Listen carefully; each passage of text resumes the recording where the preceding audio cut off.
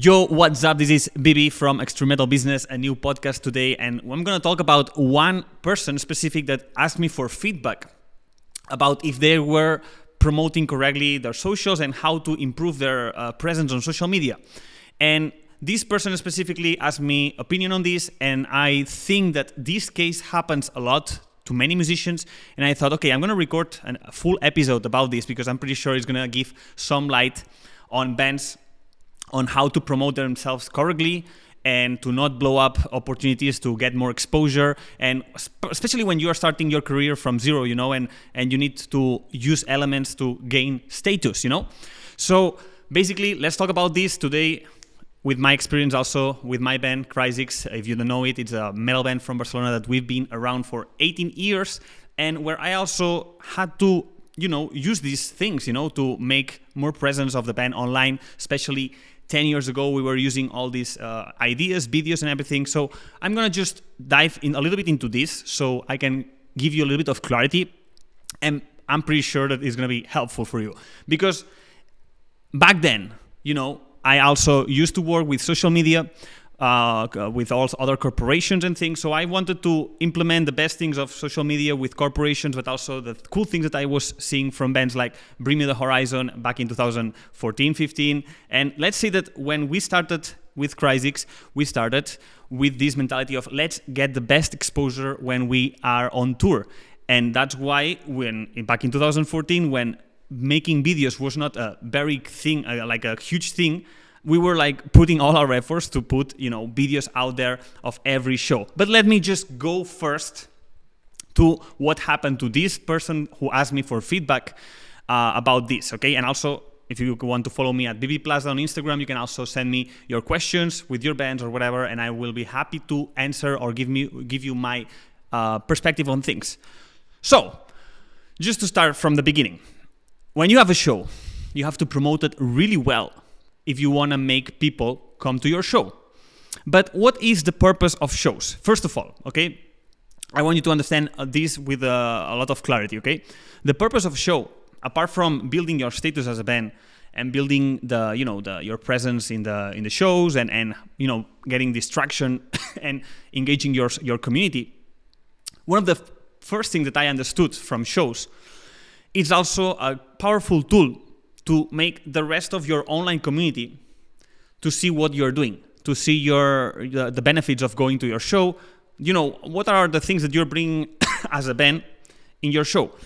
Basically, because back then, when we were in a more initial position with Cryzix and social media was starting to be like a very key thing for bands after MySpace. And I'm sorry if you're very young, this will sound to you like like old and a dinosaur, but yeah, we come from MySpace. MySpace was the first social media that we had as a band, and it acted more like a website, So it doesn't have this social media, dynamic. But with Facebook, it started to be like this, And that's when, in 2014, 15, 16, bands started to do more videos and more things to prove to the rest of your community that your shows are cool and it's a cool thing to attend.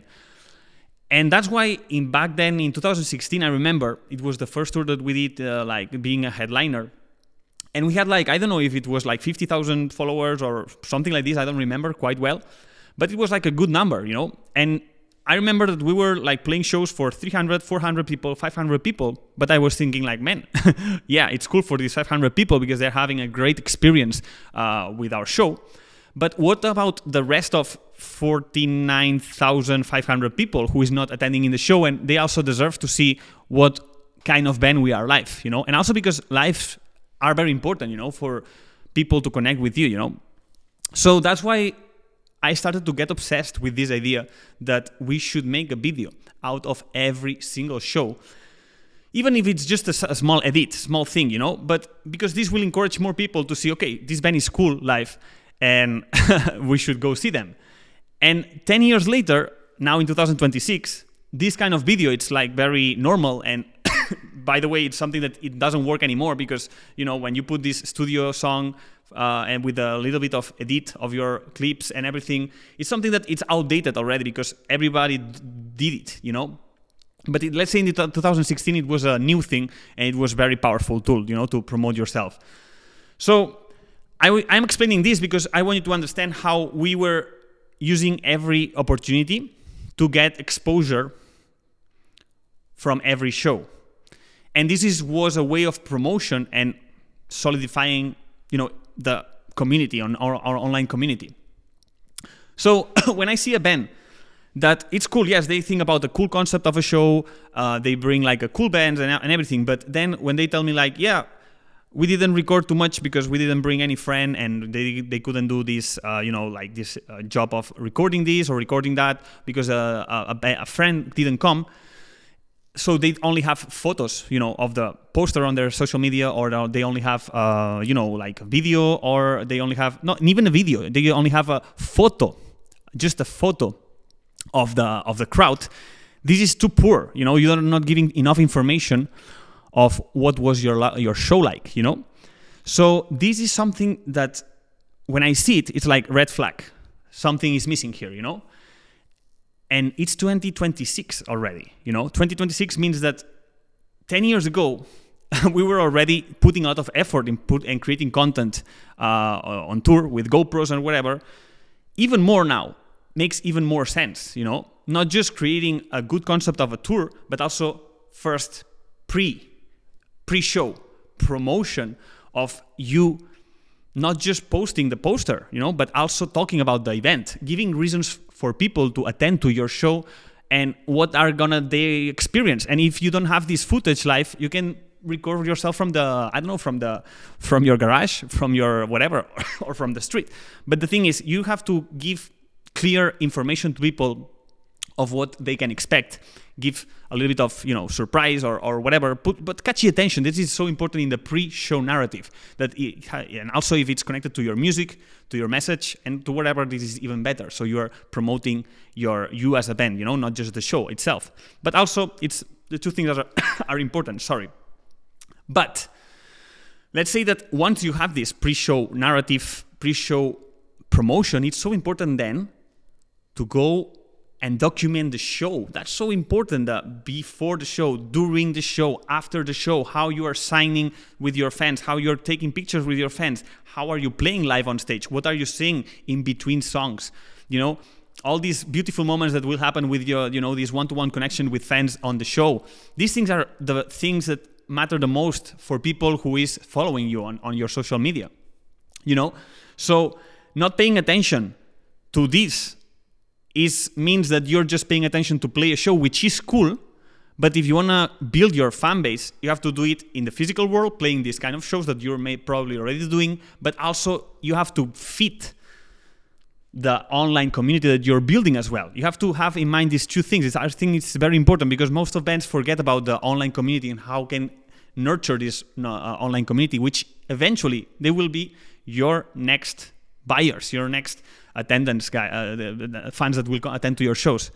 So once this being said, and you documented the show, you have footage and everything, then it's the after show content that it is all these reels, that you can later on post, the blog that you can maybe do from like a long format video. It's important to have in mind this short format content, which is something spectacular that happened in 1 minute, but also having in mind the long format. It's so important. It's something that also bands forget very easily. And YouTube, it's a great tool to build this trust relationship with fans because they can spend more time with you.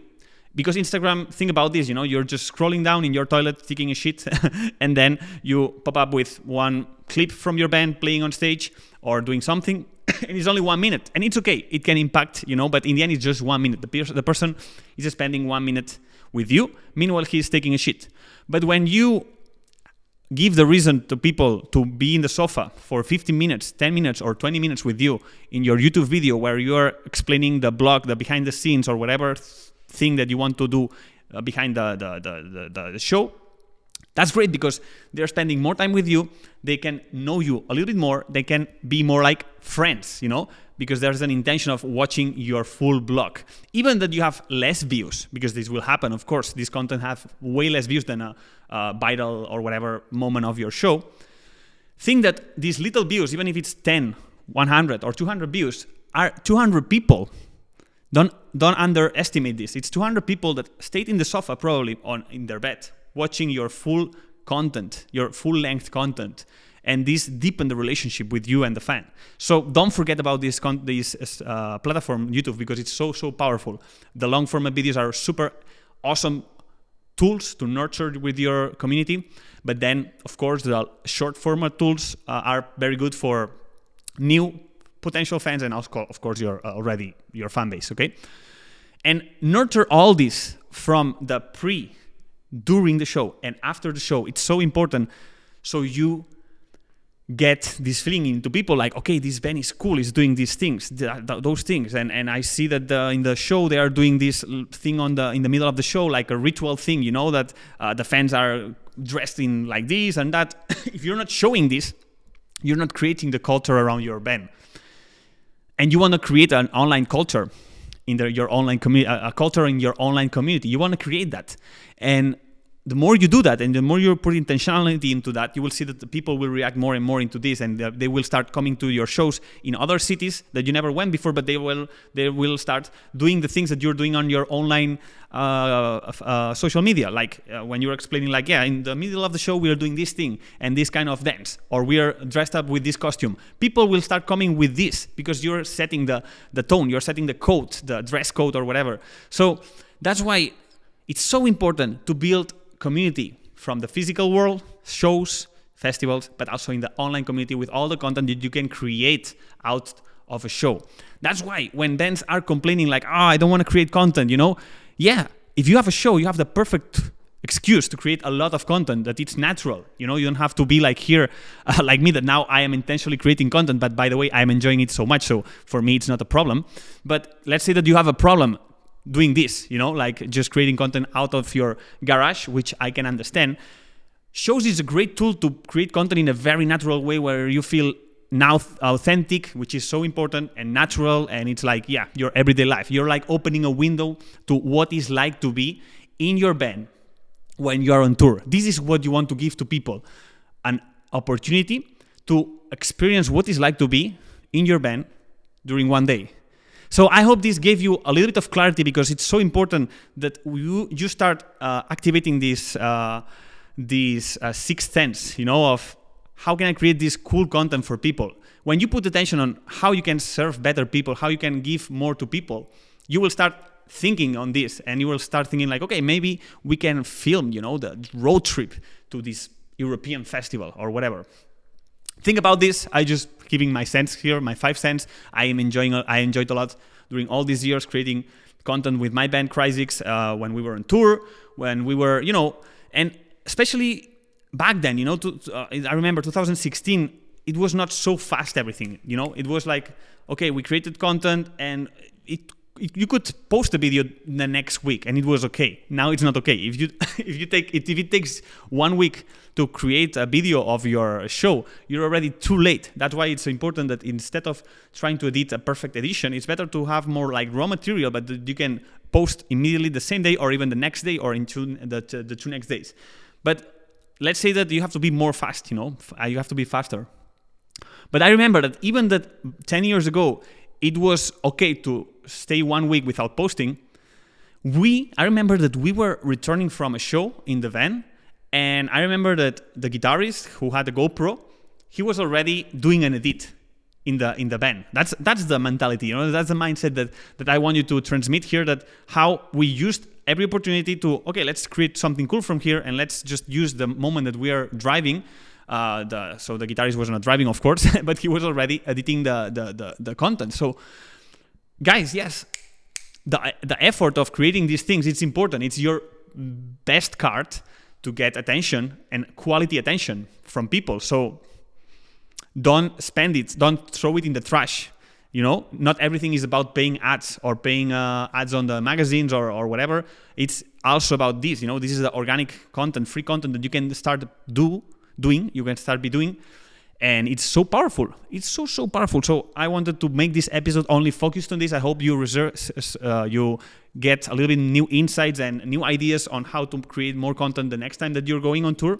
And again, you can visit my page at BB Plaza on Instagram or at Extreme Metal Business, where I'm sharing daily content about this. But I encourage you that you have any problem or issue or whatever that you are now facing with your band, send me a DM, and I will be happy to guide you. From my perspective, of course, I don't have the absolute truth, but I know what served me in my life, in my band, and also in my life, because also I am creating content for my online school, Extreme Metal Picking and Extreme Metal Business. So in the end, I have 5 cents that I can guide you a little bit better with this, which I've been studying a lot in the last 10 years. So thanks for following. I'll see you in the next episode. Cheers!